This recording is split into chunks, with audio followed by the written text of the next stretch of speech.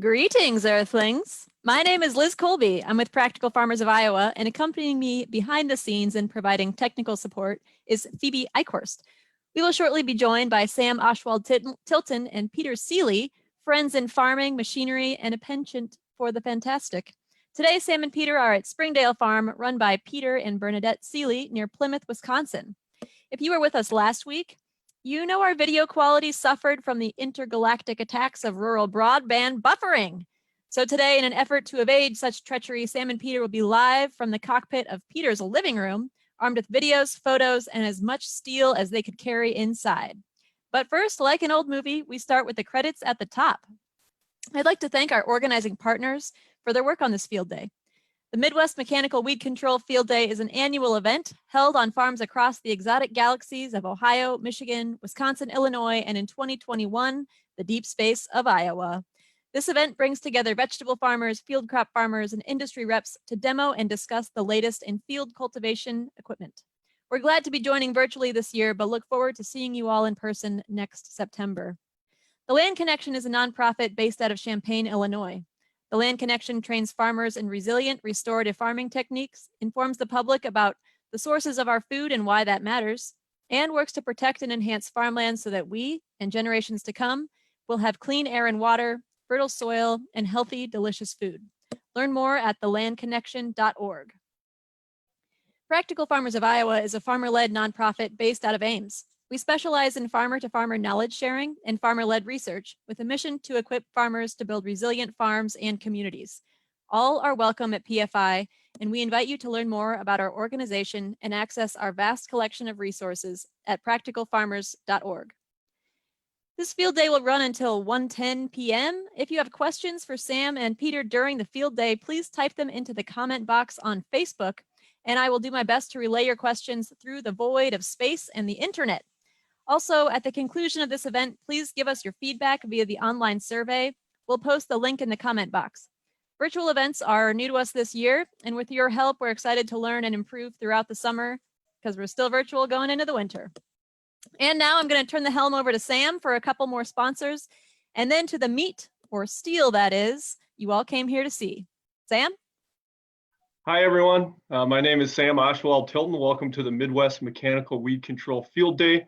And sitting next to me is a very special guest I'll introduce in just a moment.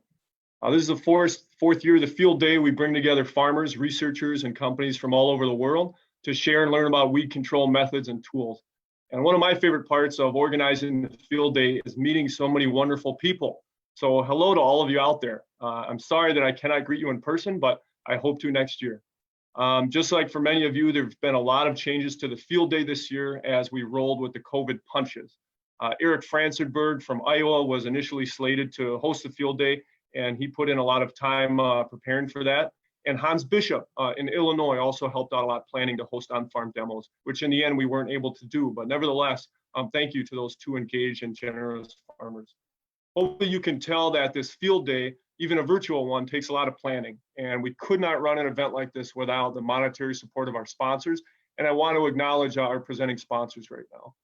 Sioux Growing Supply from the ginseng fields of northern Wisconsin, offering all manner of specialty crop supplies such as soils, pots, and fertilizers. Cult Cress, precision German engineered weeding tools for all scales. Osborne Quality Seeds, independent family-owned seed dealers specializing in vegetable, herb, and flower seeds. Rodale Institute's Midwest Organic Center, providing research to support growers and expand organic acreage in the Midwest. Small Farm Works, straight out of Wisconsin, supplier of the paper chain system for fast transplanting and precision Japanese weeding tools. Sutton Ag Enterprises, custom made and imported specialty crop equipment from seeders to harvesters, including weeding tools. Tillmore, American-made precision weeding tools, as well as tractors and other machinery for small farmers. The Treffler Company and Manet Machine, suppliers of innovative agricultural machines, including the unique Treffler Tine Weeder, and our media sponsors who help get the word out. Growing for Market Magazine, for local food producers to keep you informed about the business of growing and selling vegetables, fruits, flowers, plants, and herbs. And Vegetable Growers News, along with Organic Grower Magazine, national magazines to keep you informed on all issues affecting vegetable and organic growers. Okay, now that we've helped to pay the bills, I can welcome you to the main event.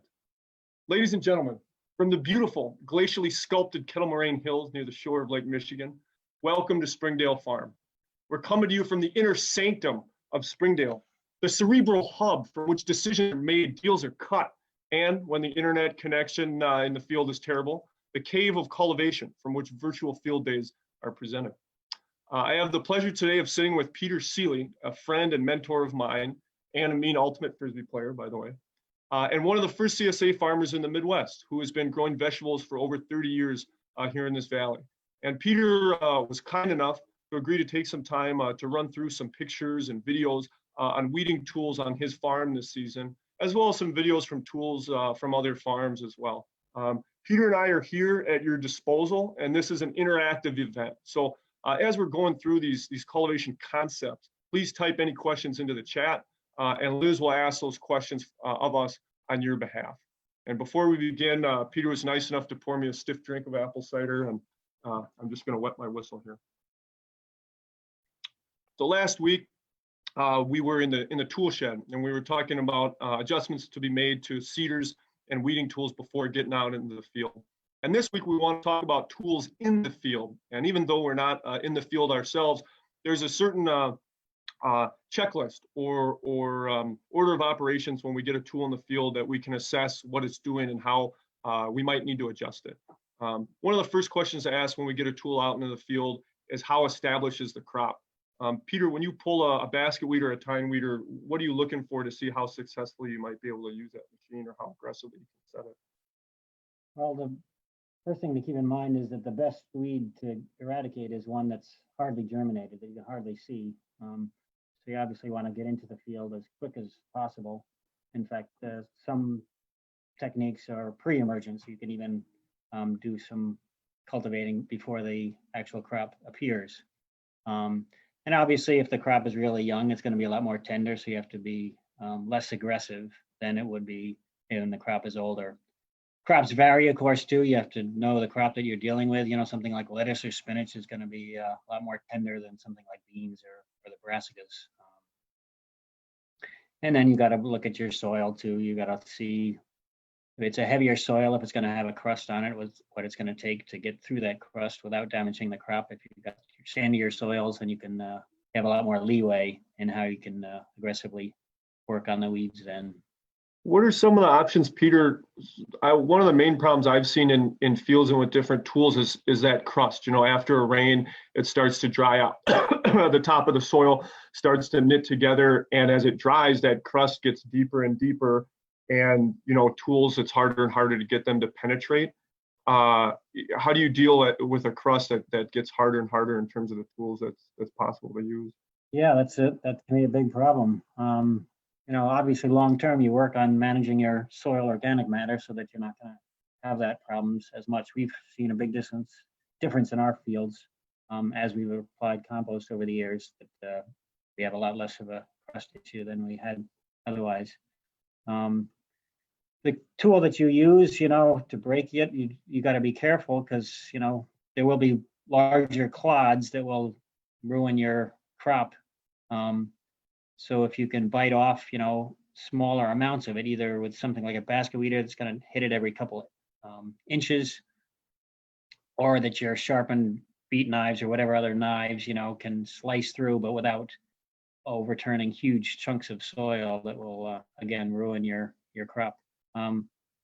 Find soil that doesn't crust over if that's your main problem. Sage advice here. That's $1 million advice. Another big thing to think about, I think, when you get out into the field is the density of your weeds. And there's all sorts of weed management techniques, you know, before you even plant in terms of rotations to lower the density of weed seeds in your soil. But once you get out there, you know, seeing a carpet of weeds versus a smattering here and there can make a big difference. And I know, Peter, I was at your place, I think, in May, and a lot of times we were thinking about, you know, basket weeding twice or tine weeding twice based on the density of the weeds. What kind of things do you think about when you look at weed density and whether you can save a crop, whether you need to replant, whether you're cultivating, you know, a second time? Yeah, of course, it's hard to make general rules. Just out in the field, you need to observe what you do. Something that I think you mentioned that can be really good is just running through something several times. If the first time, you're only getting 70% or 80 or 90%, but there's still weeds out there, the time that it takes to run through the field with a piece of equipment, is very minimal compared to the amount of time that would take hand weeding those same crops later. So yes, you possibly can do some damage to the crops going it through a second time, but usually it's worth considering doing that, especially if you have a crust and it's kind of broken up through the first pass through the field. Then the second time you can do that much more fine weeding with getting the weeds out. That's something I think we'll see in some of our videos, is going through the field and depending on the tool, having clods left over, of varying sizes. And a lot of times you can have weeds left over that are still rooted in those clods. And, they're still, their own distinct masses of soil, and they have soil moisture, and they can hold that soil moisture for a few days, before rain. And the more that those clods can get broken up, the weeds kind of can't survive in their shadow. The other thing that sometimes is a problem with greater weed density is plugging up cultivators.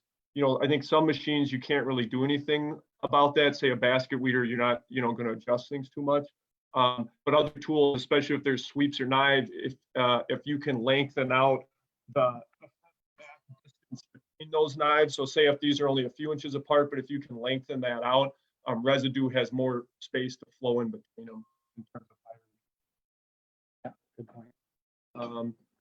I think another thing to think about, especially when people start talking about in-row weeding machines like torsion weeders, finger weeders, even tine weeders, there's different ways to kill a weed, whether it's slicing it, cutting it at the surface, whether it's burying it through some type of hilling, or whether it's uprooting it, like a sweep would do. But a lot of those in-row tools work by trying to uproot that weed. And at that point, you're not worried so much about the above ground size of the weed. You're worried about how well it's rooted. If that weed is rooted better than your crop. And a real helpful test to do when you get out to the field is maybe dig up one plant, especially a transplant, and you'll have that soil block that you put it out there with, but you can see if the roots have grown out into the soil, usually after maybe a week or 10 days. But tug on some of the crop and tug on some of the weeds and see how well they're rooted. Peter, is that something that you do very often, or what's the biggest thing that you're looking at when you're assessing, how close you can set a cultivator to a crop? Yeah, again, each crop is going to be different, how you can manipulate it. Obviously soil moisture, you want to, once the weeds start germinating, you want to get in there, but if it's really wet, you just have to wait. And if you wait too long and you've got that green carpet, like you say, you're going to have to be more aggressive to uproot them all. If you can do it before a nice sunny weather, that the roots exposed can be killed. If you do it just before rain, then there's a good chance that a lot of those weeds are just going to take off again. I think another thing to say in terms of the different ways that we can kill weeds is burying weeds can be a great option. I think people are starting to kind of rediscover hilling discs and spider weeders set to hill and hilling of crops that we wouldn't normally think to hill kind of outside of potatoes and leeks maybe. And a good rule of thumb there is if you have one full leaf of your crop that's above the hilling, most times that crop can grow through that. Whereas if you're able to completely bury and kind of seal in those weeds underneath your hill, you can kill those weeds. And that's an option, if you go out there and you do a tug test and your weeds are maybe as well rooted or better rooted than your crop, but maybe shorter than your crop, well, then maybe hilling is a good option. Although I think for something like Peter's doing here with the CSA, you're growing 30 different types of crops. Sometimes it doesn't pay to get the adjustment perfect, on a run for say beets or something if 10 minutes later, you got to go to something else. It is trickier, yeah, when you have so many different crops all at different stages to hit it all exactly at the right time. Interesting example I just thought of too is peas. We grow some peas, and if I go through, let's say with a tine weeder, when they're really, when they're small, just germinating, you're much more likely to damage them. Or if they're above 6 inches or so, then the tines are going to drag them out. but there's that sweet spot in the middle there when they're just a couple inches tall that you can go through and clean up the bed. So how big the crop is can make a big difference on when you get in there and what tool you use. That's something Hans Bishop was talking about. He's had a heck of a summer down there with too much rain and not enough rain. And, you know, he's invested in a lot of nice weeding tools and set them up well. But he was saying that he realized if he's so busy that he can't use them, the timing is everything. He was saying he would rather have a poorer quality tool used at the right time than the perfect tool used, you know, 2 days later, where those weeds have just gotten big enough where even the nicest finger weeder, you know, can't flick those out. Whereas, you know, maybe a tine weeder or just some sweeps could have gotten in there. And I know this is about mechanical cultivation, but that puts a plug in for a flame weeder, because flame weeder you can often get in when it's way too muddy to do any actual soil cultivation. Oh yeah, good point. Then in terms of running a tool through the field and adjusting it, I think someone gave me this advice about fixing cars years ago, probably someone here on the farm here, that I really appreciated, which was try and fix the easiest thing first, or assume it's the easiest fix first. So before you go ripping the engine out, you know, maybe it's just an electrical issue or a fuse to replace or something. And I think the same helps to think about adjusting a weeding tool, where if I need to get more or less aggressive, it's good to start with the easiest adjustment first. You know, I don't want to jump out of the tractor seat with a wrench. You know, the easiest way to make a tool more or less aggressive generally is speed. So instead of even getting out of the seat, I can just bump up the speed or lower down the speed and see what's happening. Is that something you use a lot, Peter, depending on different tools? Sure. Yeah. Yeah, and then I think the other big one is the working depth of the tool. And that's one that you can be a lot more aggressive with. But at the same time, if the soil is too moist, that you might get locked out of a field if you can only work, say, 4 inches is the shallowest you can go. But if you have tools, you know, say here's a sweep that's incredibly shallow to the ground. Thanks, Peter.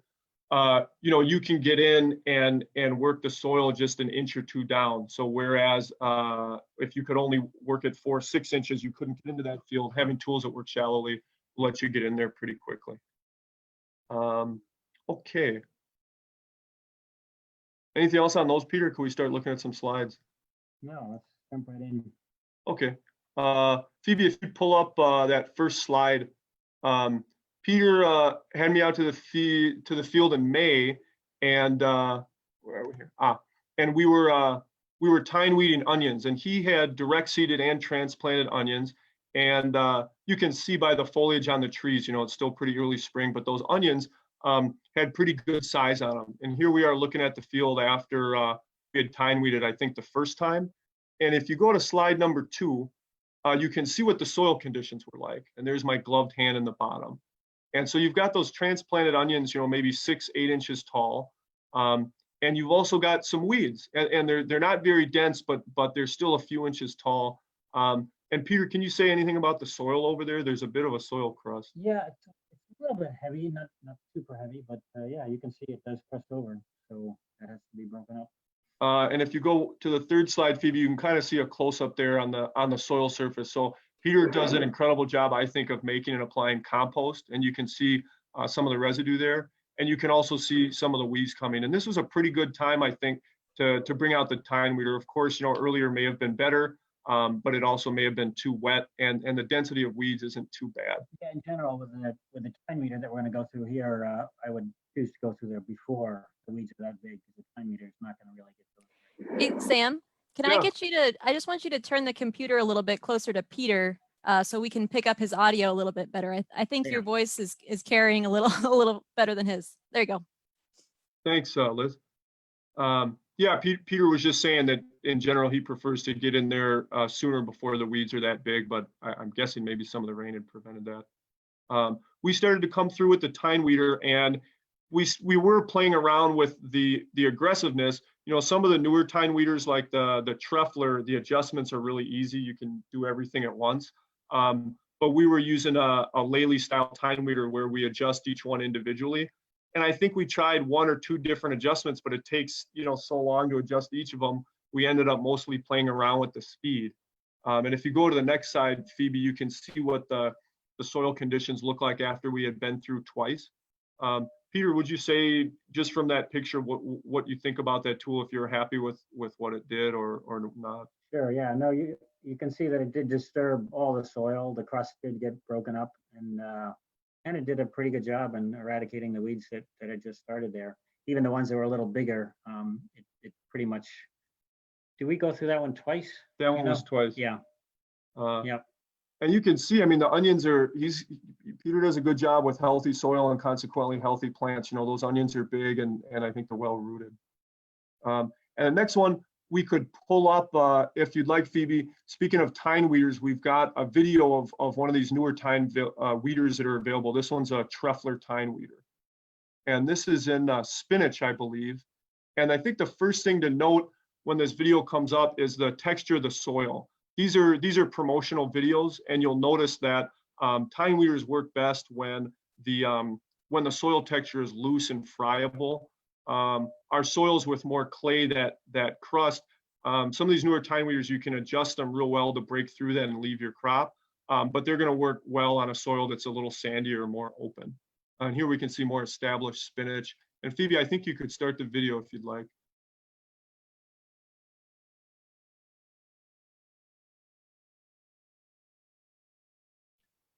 The big difference here on these Trefler tine weeders is that each spring has each tine, is controlled by an individual spring. Peter and I took a little bit of time to play around with one of these tiny Treflers that are hand powered in his field. And what was your experience with that, Peter? Well, I obviously like the 3-point model better. I don't have to drag it through the field. But for smaller acreages, these tiny, they cover 30 inches, I think, is the width. Although we used over our 2 meter or 6 foot beds, just going down one side and back the other, so that can be done too. But yeah, even this bed here, you see it's got a little bit of a contour. The way they made the bed, it seems like this. I think pretty sure this is in Holland, and they get a lot of rain there, so they kind of like it that they weren't on to roll off the beds. But yeah, this particular tine weeder, it's able to independently keep the same tension on the soil, even if the soil is not uniform. So that's we've owned several different tine weeders, and we found several advantages to the Trefler that to make it more adaptable and versatile. The big thing I noticed in using it is, in my experience with kind of conventional tine weeders, if there's any type of crust, you have to adjust it, very aggressive to break through the crust. And then it goes in deeper than you want and starts pulling out plants, and it's really hard to hit that sweet spot. And what I was struck with when we were using this tiny Trefler with you a few weeks ago is you could adjust it to break through the crust, but no more. So we were moving a minimal amount of soil. And that adjustment is just a single adjustment in the tension of the tines. It's not adjusting each tine separately, which, frankly, we had one of those tine weeders for years and years, and I almost never took the time to adjust them all individually. So, but it makes a big difference. If you can adjust it, like when the spinach is, smaller, you're going to have to do it with less tension on there, with less pressure on there. And then when spinach is bigger, you can put a little more pressure on. But it's nice to be able to do that immediately. And so that's an example of a tine weeder in direct seeded crops. Phoebe, if you pull up the next video, it's a tine weeder in kale. There's a lot of fancy in-row tools, but one thing I think that shouldn't be forgotten that's nice about tine weeders is they're kind of quick and dirty. A lot of farmers talk about not having enough employees trained on these weeding tools. So it's like if the operator can't find the time to do it, it doesn't get done. I know Chris Blanchard used to always say he liked the tine weeder because of how easy it was. He could just tell someone to jump on a tractor, and watch out for killing the crop, but it was easy enough to use. Yeah, that's true. And you can go real fast too, so you can really cover a lot of acreage.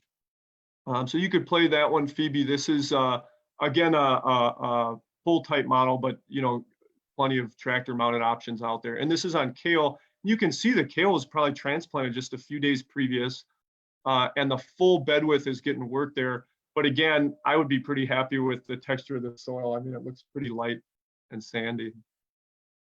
So that's what we think about with tine weeding. So those were pictures from May at Peter's place with transplanted onions. And then here, a more modern version of a tine weeder with a few more sort of helpful bells and whistles in direct seeded spinach and kale. There's one other interesting sort of timed tool. And Phoebe, if you could pull up the whisker weeder video. This is a tool from Japan, and it's a type of torsion weeder. And we saw torsion weeders in Europe, and now the Tilmore company's making them here. They're available from other European companies. And the torsion weeder are two pieces of metal, and instead of pushing down into the soil, they push against the crop row. And you can adjust them just right so that as they pull through the soil, they push away when they meet a crop, but they snap together again in between crop. And so sometimes they can do fantastic work, but I think the real limitation with this tool is soil crusting. And you can see in the video, here it's showing the different parts of the machine. And Phoebe, feel free to go back so we could see it running in the field again. The real problem is soil crusting here. And you can see that what this grower did, it looks like, is went through beforehand with some sort of between row tool to break the soil crust as close to the row as possible, and then let the whisker weeder, torsion weeder just work, you know, that final inch or two right next to the row. And that's kind of your high-priced real estate. You know, most tools can get close enough to the row, but if you can start reaching in the row, that's where it really pays off for hand weeding. Peter, could you say anything in general just about hand weeding? I know you have people weed by hand, you have people on carts. You've really looked into a lot of different ways to do hand weeding over the years. Boy, I don't know. Do as little of it as you can. Obviously, when soil's moist after a rain, that's often the first thing that we'll do, go out hand weeding before you can get out there with a tractor, because you know, you can walk through your fields, but you can't drive through, and the weeds come out really easily. So the right moisture level makes it a ton easier. Mm-hmm. So these were tools we were looking at that can go right over the row because of how they contact the plant. But there's also tools that get extremely close to the row. And so the next video is from Hans Bishop down in Illinois, and he grows a fair amount of carrots for storage and sells them through the winter. And Hans has this bottomland soil that also gets sort of a crust. And so Phoebe has just that still pulled up, and we'll see the farming credit of some of you guys out there. If you can pick out the carrots in that field, they can be kind of hard to see because there's a decent density of weeds, specifically grass weeds. But now if you push play, Phoebe, we'll see how Hans's well-adjusted tool is able to get very close to the row. And this particular tool is a cutaway disc. And so there's a gauge wheel up front and the cutaway discs, and right behind them sort of beat knife. And you can see, Peter was saying earlier that the problem with the soil crust is those clods, and you can see them laying on the top of the soil. And if you have a sweep or something go through, it can pull out a clod that includes the plants in the row. But what these cutaway discs are able to do is deal with a soil crust very well by literally cutting the soil next to the row and shaving it off. So whereas hilling, we might have them angled like this to throw soil in, but these discs are angled the opposite way to pull soil away. Yeah, fantastic. Yeah. Now, we've got one more video of this type of tool from Hans, and this one is in Brussels sprouts, but I think the field day owes him big money because it looks like he sacrificed his phone in the interest of quality footage. So this is Hans in Brussels sprouts. And again, costing us big bucks. Thank God we got these sponsors here. And you can see the plants are quite small. I'm imagining he transplanted them, you know, maybe a week before or something. And you can see a fair amount of weeds. I think there's amaranth and whatnot. And they're smaller than the Brussels sprouts, but there's a decent density. And you can start the video there, please, Phoebe.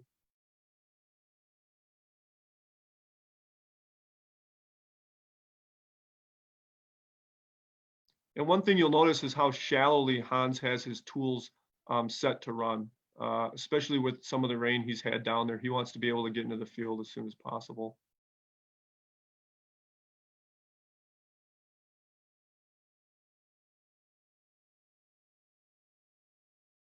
Yep, there goes his phone. Anyhow, I think another thing to think about with weeding tools is the configuration, is the closeness of your rows. So for example, Hans used to plant a fair few things in 5-row configuration, but realized that he just didn't have enough space to cultivate. And so now a lot of his things are 3-row. So Brussels sprouts maybe would normally be 3-row, but even carrots are things that he could space closer together. he widens out for his tools. Peter, could you say anything about row spacing? I mean, you've tried so many different things over the years with so many different crops. What are the things you think about when you decide how many rows Right. per bed? Well, if you're limited on land, you obviously want to put in as much as you can. So we would, and that was our initial situation. So if we could push it closer together, we'd add more rows to it. So, you know, we did a lot of things at 7 rows, and then we'd also go down 5, 4, 3, 2, 1. But I would echo that sentiment that it's harder to mechanically cultivate if things are really tight. So even though sometimes we get a higher yield in our beds, if we had 7 rows of carrots, we can weed a much better if we can do just 4 rows.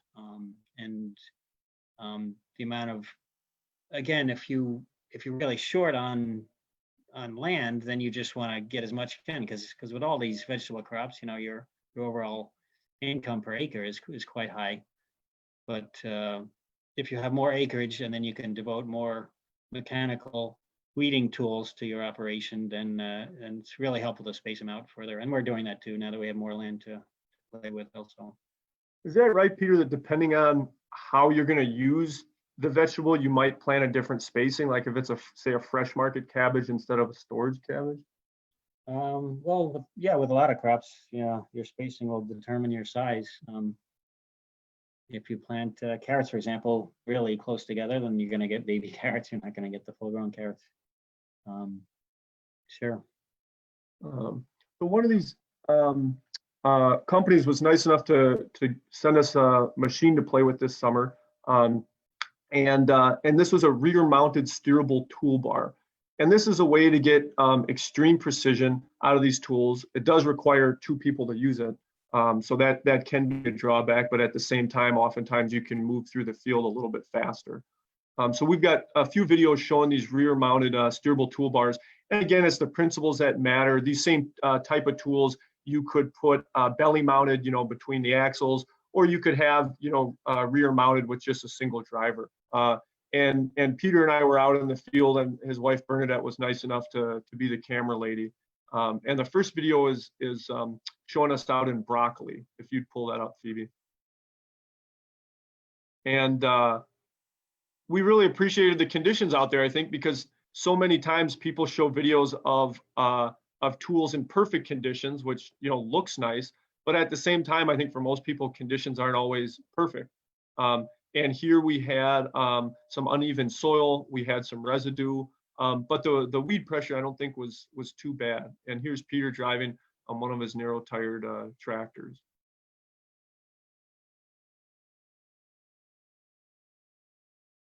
Now for this particular machine, we put on 2 different sizes of finger weeders. The row on your left is a larger size finger weeder, and the row on your right is a smaller size finger weeder. Oftentimes, depending on how much space you have, the larger finger weeder is able to be more aggressive. The other thing to think about, I think, is notice, and we'll look in another video too, notice that the sweep behind the tire, it's got an extra share on it, an extra piece of metal right here coming off of it. And the point is that as it moves through the soil, it can earth up or throw soil onto the edge of that bed and maintain that bed shape. A lot of times what happens over the course of a few cultivations is the bed gets torn down, and it can be nice to keep that profile so that, you know, we don't keep edging closer and closer to the plant. And Phoebe, if you go to the next movie, broccoli weeds in the row, we can see what type of weeds we're dealing with. And also, I think one thing to mention is for good weed control in your tire tracks, you need the right width of sweep. A lot of times we use a sweep that's too wide. That's probably what we had there. You can see that it's just bouncing along the surface. Because it's running behind a tire, it's going to be more compressed. And a series of smaller sweeps, you know, that are very narrow can dig in a lot better than a wide sweep that's going to try just skim on the surface. Yeah, so there you can see the weeds that we start with. The weed pressure isn't too bad, but the size is not ideal. You know, maybe 2-3 inch tall lamb's quarters and amaranth. And here we are chugging along.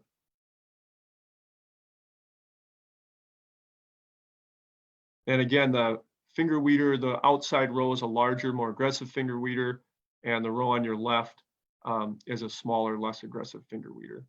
One thing you can notice there is the sort of topography of the surface. We had hilled up a little bit in the middle, which I think I'd be happy with in terms of burying weeds. You still need somebody pretty good driving the cultivator and driving the tractor and the cultivator itself. It's not like it's easy. We make it look easy, but can you say more about that, Peter, in terms of like the training that people need for tools, or what it's like to assess when people can do a job or let them loose? It's one of the hardest things in vegetable growing, knowing how aggressive to be without doing damage to the crop. So yeah, very few farms, do not have very experienced people running them because the risk of crop failure is too high. Do you find that you pretty much are the one that run these tools, or you have one other person, or do you have a few people that Yeah, can do there's it? just a limited number of people that would have the experience to know exactly how to do it.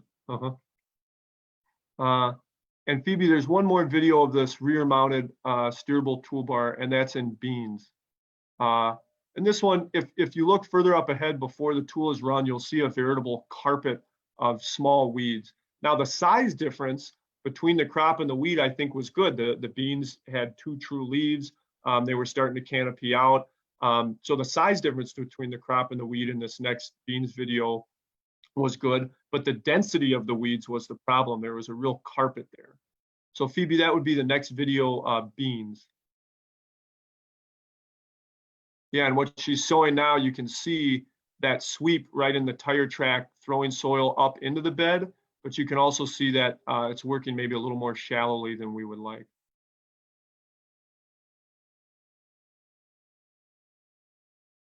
So here's beans, and again, you can notice the density of the weeds up ahead as the tool runs through.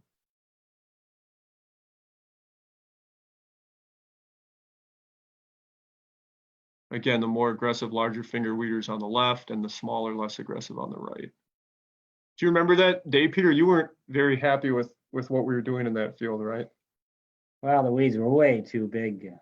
It did a pretty good job anyway, but Yeah. yeah.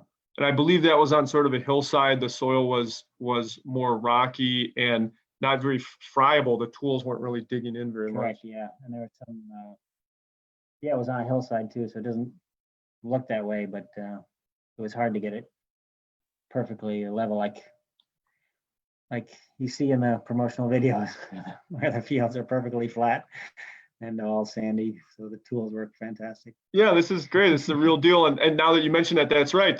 Me on the back, the whole tool was always skidding downhill, and I had to always go up against it. And I was asking you to drive a little bit uphill, Right. and that's right. Yeah, so this was our best take here. We didn't show them the, yeah. Okay, so that's rear mounted steerable toolbar. And we want to move on to another tool here that is extremely popular, and I think for good reason, and that's a basket weeder.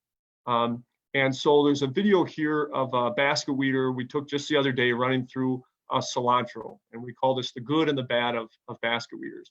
And here you can see the rows of cilantro, and you can see the weeds that we're asking the basket weeder to take care of. And we'll watch that basket weeder go through, and then we can take a look at the work that it did. If you'd start the video, please, Phoebe.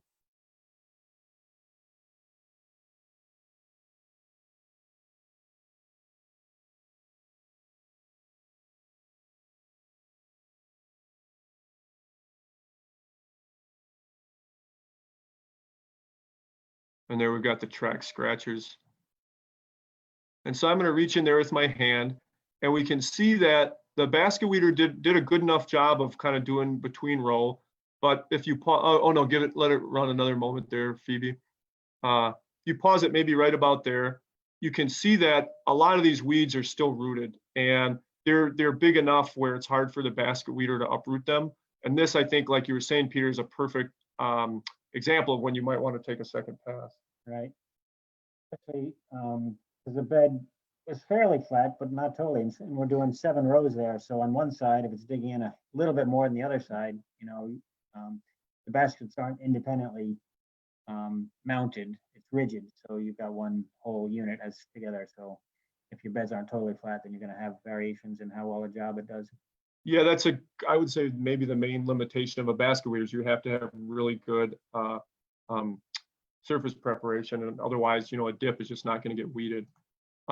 If you go to the next video, Phoebe, this is spinach after the basket weeder is passed over. And again, you can see kind of the strengths and weaknesses of the basket weeder, which is it works real fast and can be a pretty accurate tool. But at the same time, you can get skips. Those baskets have wires spaced, I don't know, 6-8 inches apart. And if you're not going fast enough, they'll just kind of scuff the soil instead of turning it over. And the other thing, they recommend never using it in rocky soil, but our soil is incredibly rocky. So yeah, we got rocks stuck in there, and then the whole thing will just start snow plowing, pushing it out. So that's the downside. Yeah, we can see there some of the smaller weeds are still rooted. And again, a second pass would take care of a lot of that. The next video, basket weeder principle of operation. I think a big thing with these tools is to have in the back of your head how they work or what they're supposed to do. And in this next video, we just kind of point out what you'll notice. There's a bigger gear there on the left and a smaller gear on the right. And so as those front baskets turn, that chain, you could start that video, Phoebe, thank you. That chain will turn the rear baskets a lot faster. And so what they should do is kind of under their own power, throw the soil. I think a common mistake with the basket weeder is running it too slowly. You kind of have to get a decent amount of speed for those rear baskets to start throwing soil. And there's one more video, I think the last one, Phoebe, of winter radishes. And these were a 7-row crop. Peter really likes to pack his stuff in there. And I thought this was just a perfect example of realistic weed control, because I look at this 7-row bed of winter radishes and I don't see a single weed. They've all, one benefit of narrow rows is that they canopy over quickly. And they had done that. Here on the left, you can see as winter radishes. I don't see a single weed. But as I start to move the canopy aside, you can see small weeds that are maybe a ½ inch tall or something. But because Peter has had timely weed control there, the canopy of the winter radishes has totally covered up those weeds, and they're not going to be a problem, I don't think. I think this is a good example of just kind of being realistic. It's not like every weed is a bad weed. Yeah, we lucked out there, I guess. Oh, I give you a little bit of credit, Peter. And we're winding up our time here. And the last things we wanted to look at was a few more slides, and that'd be some pictures. And that's just of the basket weeder in action. So here, if we go to slide number 5, you can see here's peas and cilantro that Peter had intercropped together.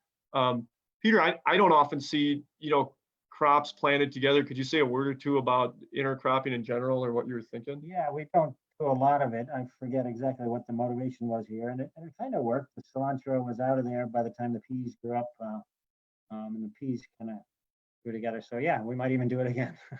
I took this picture while Peter had asked me to go out there with the 7-row basket weeder, and I think he cringed a little bit when he saw how close I got to the peas there.